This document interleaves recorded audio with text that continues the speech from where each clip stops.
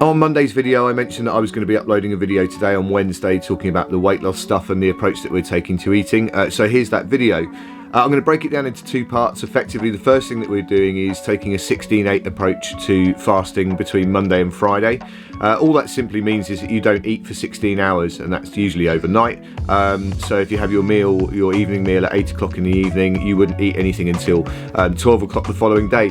I'm finding this really easy to do, actually. I've always struggled with breakfast in the morning, and I found that my water intake's gone up and that I've started to enjoy decaf coffee, which I wasn't expecting. Obviously, one of the main benefits of this is the fact that you're consuming less calories, unless you obviously gorge yourself in those 8 hours when you are eating. But if you're careful, obviously the calories intake will come down. Research shows there are other benefits to this also, that it helps to lower blood insulin levels, which obviously I had a problem with about this time last year. I discovered that I was pre-diabetic in my blood sugar levels. They've come down to the normal range now, which is obviously an exciting outcome for this. There's also research to show that this approach to eating boosts your growth hormones, and it's good for your heart, and that it can help with cancer prevention. I'll put an article below that's got a lot of research and lists out a lot more of the benefits of 16-8 fasting. So that brings me on to what we are eating. Now, several years ago, around about 2011, 2012, I weighed about 17.5 stone. I didn't really get too much to do with the sex and drugs and rock and roll in my industry. Mine was more to do with kind of studio pizzas and just eating too much food. So I got up to a very heavy weight, and I was too out of shape to be able to run. And I'd always loved running when I was younger and in my kind of in my 20s and early 30s. And I was too out of shape to do that. So I did something called the alternate day fasting, and it's 500 calories on every other day. Now, this did work for me. I did get my weight down really quickly, but I was really miserable doing that. 500 calories is a tiny amount, and when you are eating those meals, it's a really unsubstantial quantity of food. Kind of 250 calories doesn't really fill you up too much. But at the time, it did get my weight down. So we've been using the recipes from Dr Mosely, the famous Dr Mosely's Fast 800 book.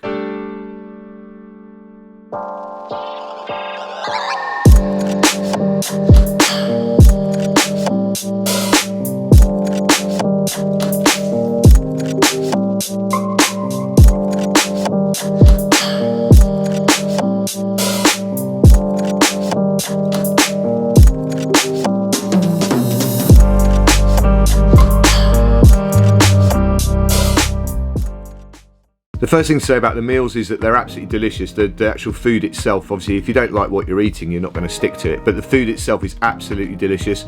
They're really easy to prepare. Lots of good nutrition in terms of good fats, good proteins, lots of vegetables to fill you up, and it's actually a low-carb diet, which I'll go on to in just a second. What we do is over the weekend, we sit down and we plan our meals. We decide what we're going to have. Sometimes we pick some of the ones that we've enjoyed from the week before, and we've also been trying out some new ones. I have to say, out of the 3 weeks, or we're 2.5 weeks into it now, out of the several meals that we've done, there's only been one that we got a little bit bored with. The rest of them are incredibly tasty.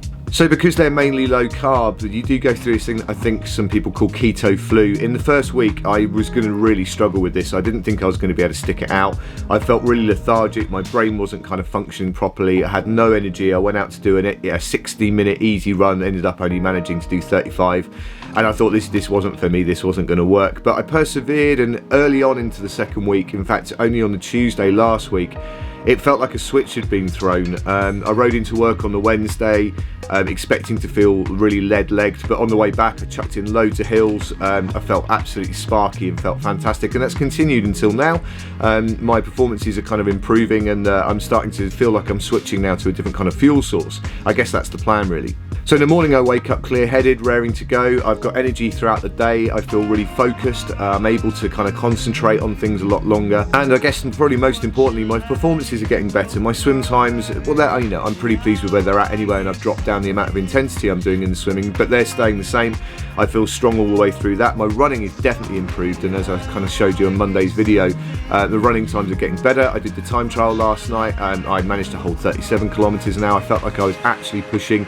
I didn't feel blocked like I have over the last 4 weeks. So things are really starting to come together in terms of performance, which is obviously a vital thing for me to kind of keep track of. If my performance is dropping, then there's a very little point in doing this as the weight's coming off. So a few other things before I kind of wrap this video up. The first thing is that this isn't going to be for everybody. I understand that you know, there's pretty much anything that you want to back up on the internet you could believe, any conspiracy theory, anything you like. This fits my mindset at the moment. Obviously it's not designed, the 800 calories, for somebody that's training between 8 and 10 hours a week at a relatively high intensity, so it's not designed for that. It's not really what Mosely's intention is, but it's definitely working for me, as I'll tell you in a minute, with the weight loss and all my other kind of statistics that I'm looking at. And when it comes to the weekends, we're being a bit more relaxed. It's nice to have breakfast with the kids and just eat a little bit kind of more food. Not that I'm massively starving, I have to say. I'm not particularly kind of getting to any point of any day over the weekend or during the week where I'm absolutely starving, but we are allowing ourselves a little bit more of a treat here and there. I must admit, the last couple of weekends maybe I've gone a little bit overboard, just kind of relaxed a bit too much, and that's something I'm going to try and keep under a bit more control. And the plan is that I'm going to keep going with this until I get under 90 kilos. Now, to talk about the weight loss, which is probably one of the most primary things for me, is that I wanted to get the weight off, is that at the start of July, 2.5 weeks ago, I was sitting at 102.5 kilos, and as of this morning, I'm 95.1 kilos, and that's a loss of 7.4 kilos, or just over a stone, in a kind of 2.5 to 3 weeks, really, which I know is pretty extreme. And like I said earlier, it's not for everybody. I'm not in any way suggesting that this is a good approach. I'm just outlining what it is that I'm doing, because that's what I'm doing in these videos anyway. I'm detailing my training and my mindset and all those other things. Over the last year of the videos that I've been doing, I just haven't got my weight loss and my food under control, and this is an extreme measure for me psychologically to try and do something dramatic and kind of heavy-handed, I guess, to really get myself on the straight and narrow. I'm feeling good about the weight loss, I'm feeling good about how I'm feeling, and I'm feeling good about how my performance is, and that can only be of a benefit. The plan is to get down to under 90 kilos, because I feel that that's a decent place for me to kind of start tapering it off a little bit.